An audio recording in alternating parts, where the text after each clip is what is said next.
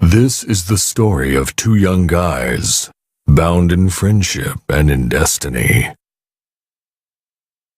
Ronald and Skinny, as often happened, went out for a picnic together to spend the day in the neighborhood countryside.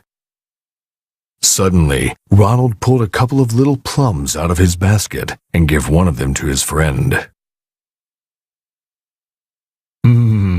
Delicious. Deliciously lethal.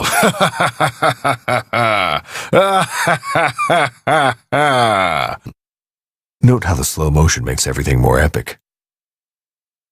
The boy's corpse stayed there for hours, enveloped by blades of grass, until all of a sudden, something happened. A new spark was instilled in Skinny's body, reduced abruptly to a skeleton, and slammed him inside Ronald's wardrobe, cursed to watch over his friend for the rest of his days. Or at least until today, when our story starts.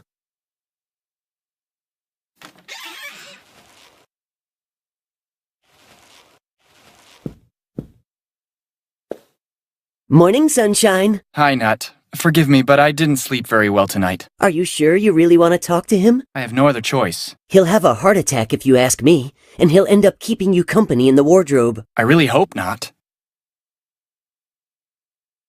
Do you know where Ronald's gone? Everybody left a couple of hours ago, but I don't know where they went. They were all very nervous. I don't know why exactly. It'll be the usual sale at the mall. A Mother Superior must have straightened them up as usual.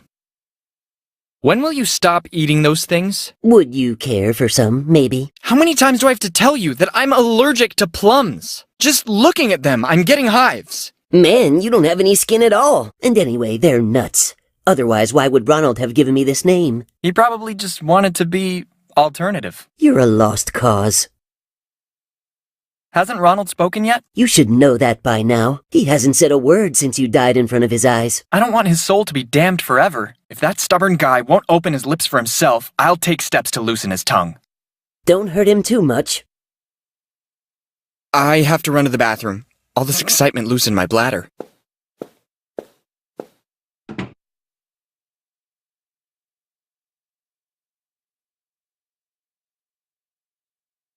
I like this room. Start here then. Put the little pet in the van. In the meantime, I'll prepare the boxes in the living room. And don't do it like last time when you got hit by a car while loading the stuff. There are colored books on the walls. But you don't even know which side a book opens on. I like colored books. Do you know what I don't like? Working for free to pay for broken things marked fragile. Do you understand? This carpet. It's soft as a marshmallow. I like marshmallows. I should have listened to my dad when he told me to be a florist.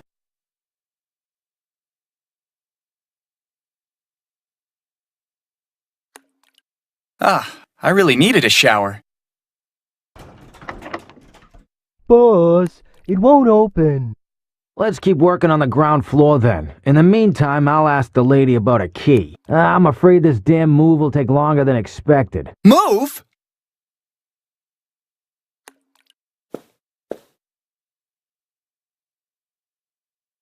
And what should I do now? I'm coming. Apologies for the delay. I was late with a tutorial of another video game. Players are not what they used to be anymore.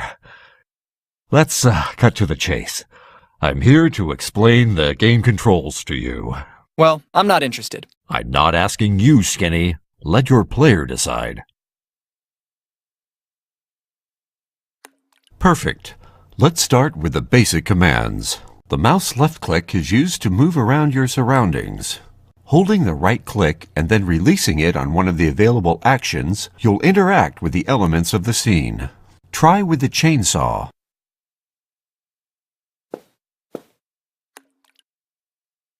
Don't ask any questions, believe me. Skinny, try to be a little more accommodating. This is a tutorial. Now try to open the green satchel.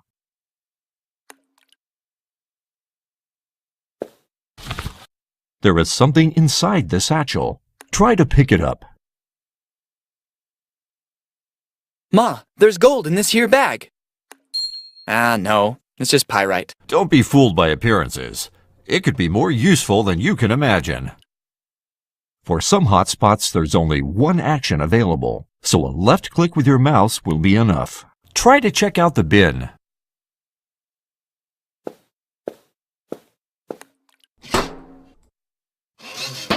Was this really necessary? The player asked for our help. It's important to learn the game controls. Now let's take a look at multiple choice dialogues. We already saw them on our own. These constant delays are embarrassing. Well, what else? Holding the central button of the mouse, you'll see all the hotspots with which you can interact. With the mouse wheel, you'll open and close the inventory. That's all. And now if you'll excuse me, I'm in a rush and I've got to go. Is that it? I never saw such a sloppy tutorial. You're right. It's just that I'm busy like you wouldn't believe. See you soon.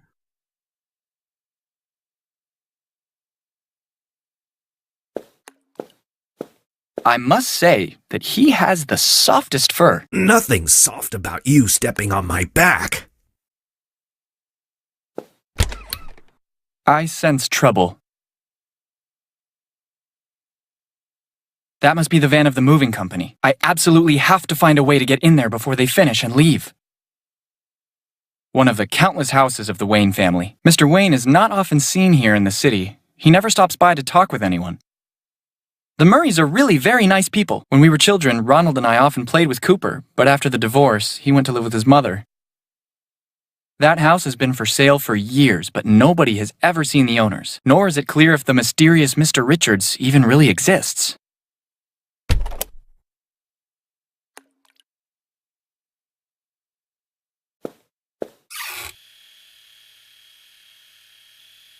I don't know what's more disgusting, this or the hair removal strips of Ronald's mother.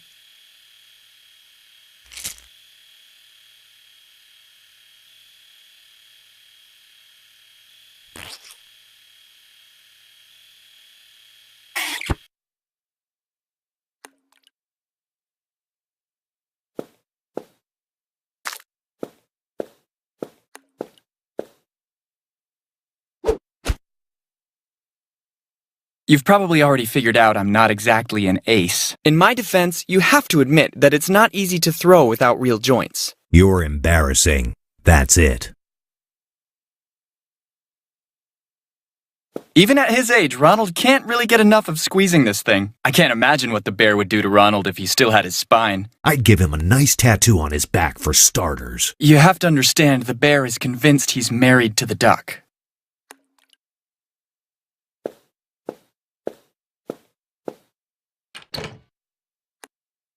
What happened to my wardrobe? I can't be separated from my wardrobe. It's a matter of life or death. Well, I mean, you know.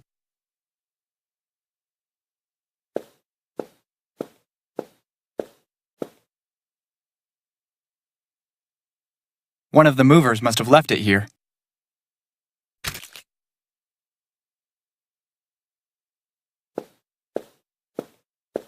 A disaster I made with some apricot marmalade years ago. I never understood how Ronald's parents could think it was Sigmund Freud's face.